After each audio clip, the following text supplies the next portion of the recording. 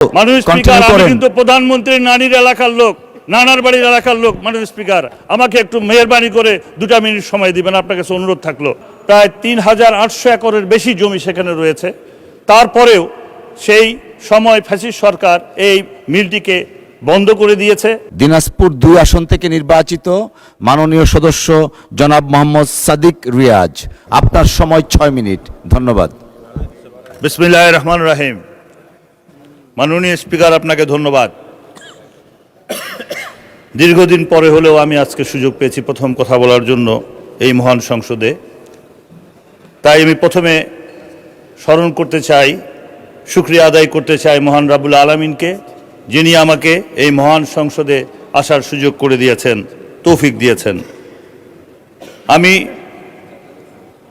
আজকে এই সংসদে এসেছি আমার এলাকা দিনাজপুর 2 বিরল বোচাগঞ্জ। এই আসনের সকল স্তরের মানুষের ভোটের কারণে আমি তাই তাদেরকে স্মরণ করতে চাই, তাদেরকে ধন্যবাদ কৃতজ্ঞতা জানাতে চাই।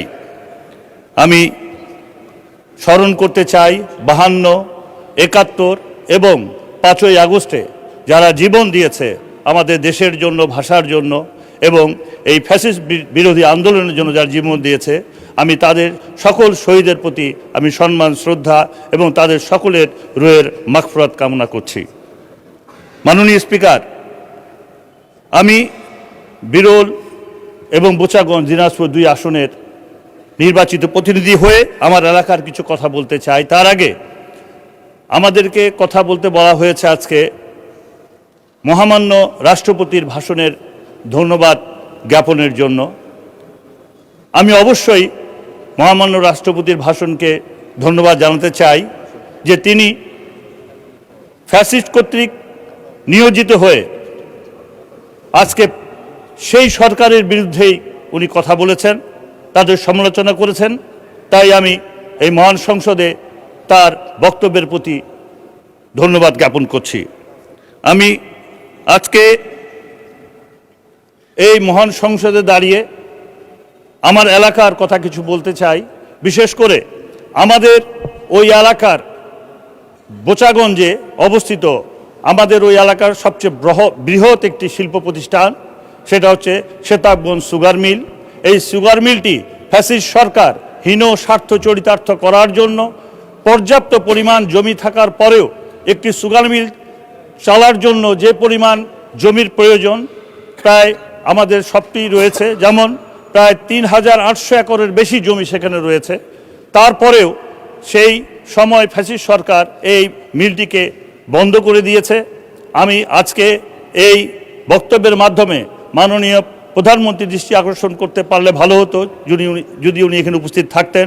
তো আমি আমাদের শিল্পমন্ত্রী এবং মাননীয় অর্থমন্ত্রী দৃষ্টি আকর্ষণ করতে চাই আপনার মাধ্যমে, যেন এই সুগার মিলটি অবিলম্বে চালু করা হয়। কারণ এই সুগার মিলটি চালু হলে আমাদের সেখানে বেকার সমস্যা অনেক সমাধান হবে। আমাদের এই সুগার মিলের পাশাপাশি আরও 6টি সুগার মিল বন্ধ হয়েছে। বিশেষ করে আমাদের ঠাকুরগাঁ সুগার মিলটি ধুকে ধুকে চলছে, সেটারও সংস্কার করা প্রয়োজন বলে আমি মনে করি, যেটা আমাদের মাননীয় মহাসচিব স্যারের এলাকার সুগার মিল। আমি সেটারও ভালোভাবে যেন চলতে পারে সেই ব্যবস্থা যেন করা হয়। মাননীয় স্পিকার, আমি আজকে যারা গত 17 বছরে ফ্যাসিস্ট সরকারের সময় আন্দোলন সংগ্রাম করতে গিয়ে জীবন দিয়েছে, আমি তাদেরকেও স্মরণ করতে চাই। যারা হত্যা, খুন, মিথ্যা মামলার শিকার হয়েছে, আমি তাদেরকেও স্মরণ করতে চাই। মাননীয় স্পিকার, আমি আপনার মাধ্যমে একটি প্রশ্ন তুলতে চাই। বাংলাদেশ উত্তরের জনপদ হিসাবে আমার এই সীমান্ত ঘেরা এলাকা বিরল এবং বোচাগঞ্জ, সেখানে অবাধে মাদকের ব্যবসা চলছে।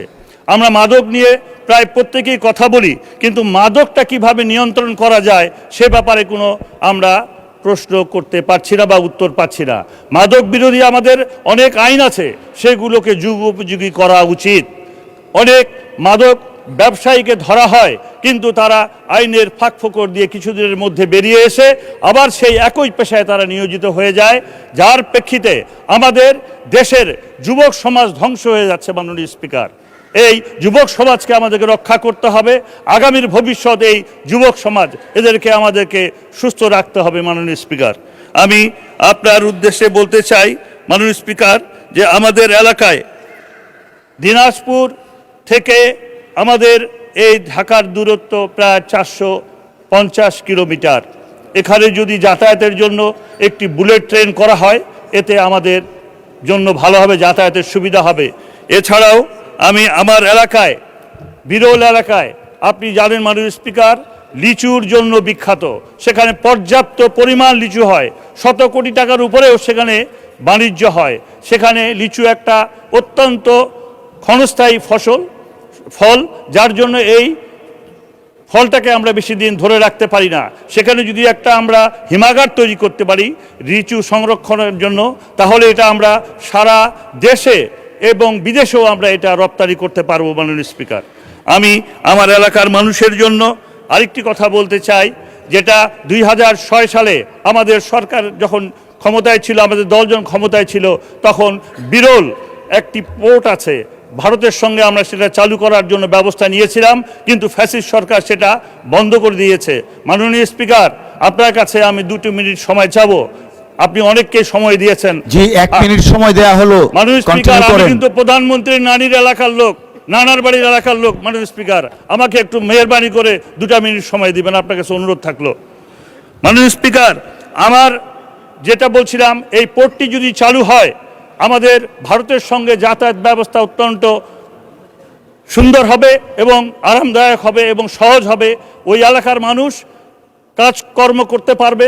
এই পোর্টের মাধ্যমে আমাদের এলাকার অনেক কর্মসংস্থান বৃদ্ধি পাবে। মাননীয় স্পিকার, ইউএফটি ফার্স্টের সাথে ট্রেড করুন যে কোনো জায়গা থেকে, ক্যাম্পাসে ক্লাসের ফাঁকে, ঢাকার জ্যামে বসে কিংবা ঘরে বসে। ট্রেডিং এখন হাতের মুঠোয়, তাই ট্রেড করুন যখন খুশি, যেখানে খুশি।